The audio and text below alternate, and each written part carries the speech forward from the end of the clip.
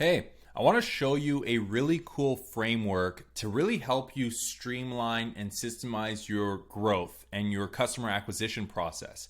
We call this the funnel momentum, and basically there are four phases that you need to think about when it comes to really growing your customer base and growing your revenue. Now, a lot of times in marketing, we talk about awareness stages and attention stages and conversion stages and all of that stuff, right? Well, I want to think about it in a slightly different way. There are four things that a customer needs to go through for you to really scale. The first is you need to attract your customer, right? You need to get them to raise their hand and say, I'm interested in the thing that you offer. Second is you need to close that customer. You need them to pull out their credit card and actually pay you for that thing.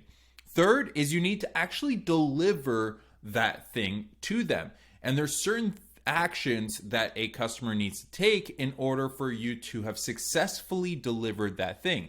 And then the fourth phase is you need to retain that customer. You need them to pay you again and again and again, because if you have to keep acquiring new customers, it's a really massive challenge, right? It costs a lot more money to acquire a new customer than it does to retain a customer, and you can stack your revenue much faster by stacking recurring revenue, okay?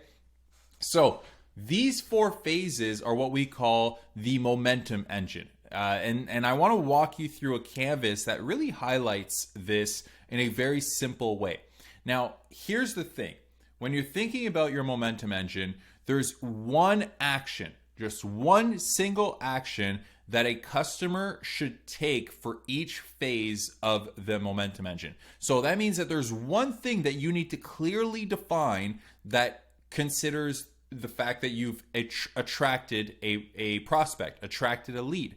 Then there's one thing that they need to do in order for them to be closed. There's one thing that they need to do in order for them to be delivered, or to quote unquote have delivered the value that you promised them. And then there's one thing that they need to do in order to show that you've got retention.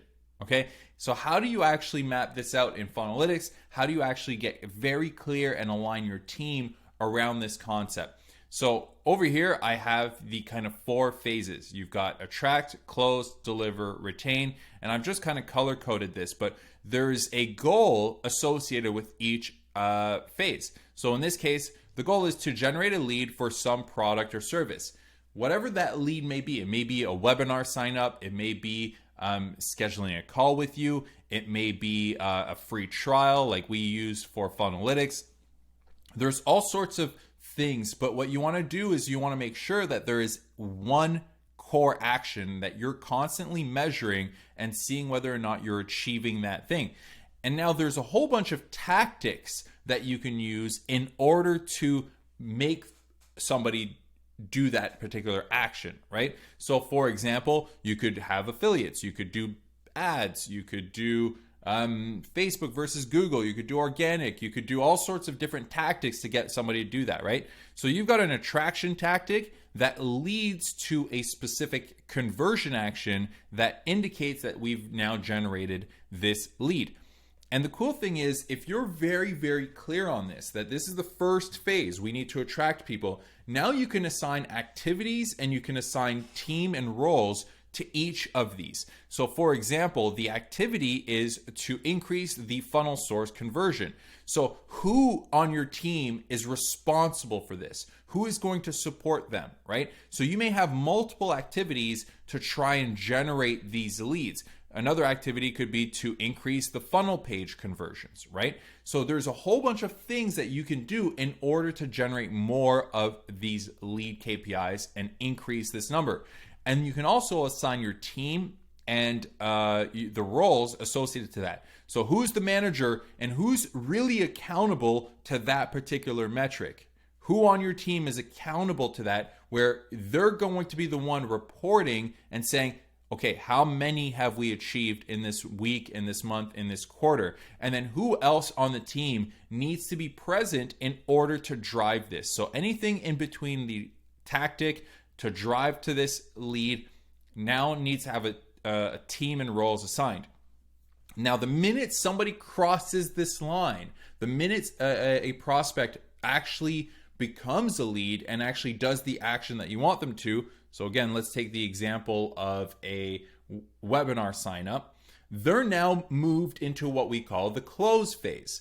So in the same similar format, you need to think about this as there's a goal. And the goal is to win new customers for a specific product or service. And there's certain tactics that you're going to have in order to generate a key conversion action.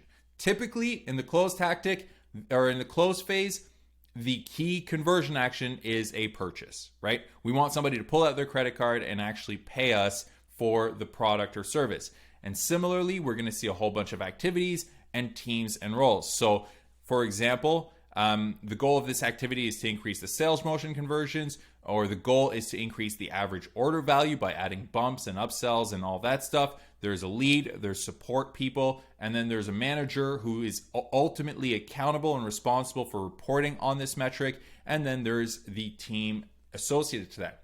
Now, even if you're a solo founder, even if you're running this on your own, you still need to be putting your name across these, because you need to know that this is something that needs to be measured consistently in order to really grow our customer acquisition and our customer retention.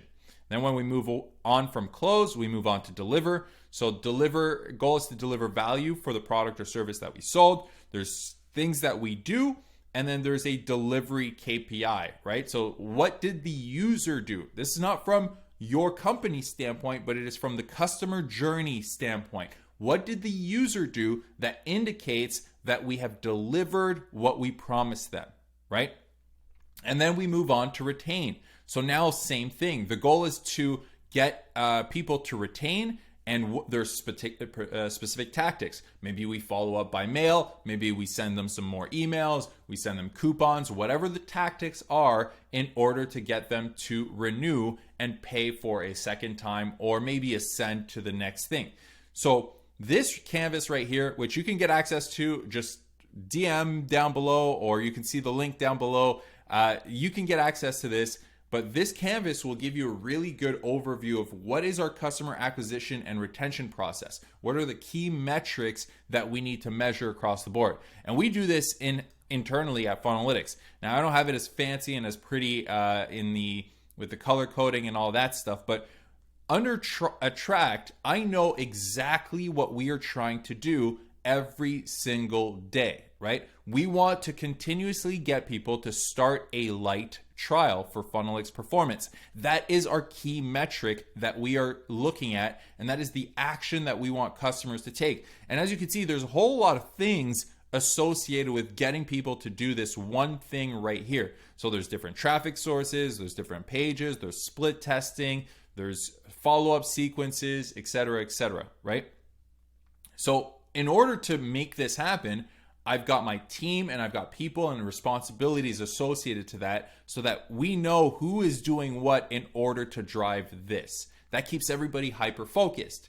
Then it moves on to the next thing, which is, in our case, close. So over here, we've signed up a free trial. Over here, we want people to actually pay for that first month after their kind of 14-day free trial, right? So there are specific things that we're doing in order to activate that free trial. We send them emails, we have in-app onboarding, we have them scheduling a call, and there's a whole bunch of actions that we can track. And the cool thing with Funnelytics, if you've got access to Plus, you can basically have action tracking and use Zapier to pass all of this data right inside of Funnelytics, and it'll tie it all together. And you'll see how many people pay for that first month or that second month in recurring revenue. If people go into different apps that you use, you can start to track what did they do and how did they move to the next phase, right?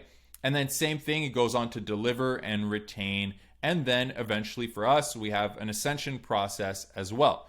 So this is the funnel momentum, the momentum engine. Think about your business in this way, and you'll drive so much more growth by really staying hyper-focused on the customer journey. I hope you found this useful. If you want access to the canvas right here, just let us know and we will share the link. Cheers.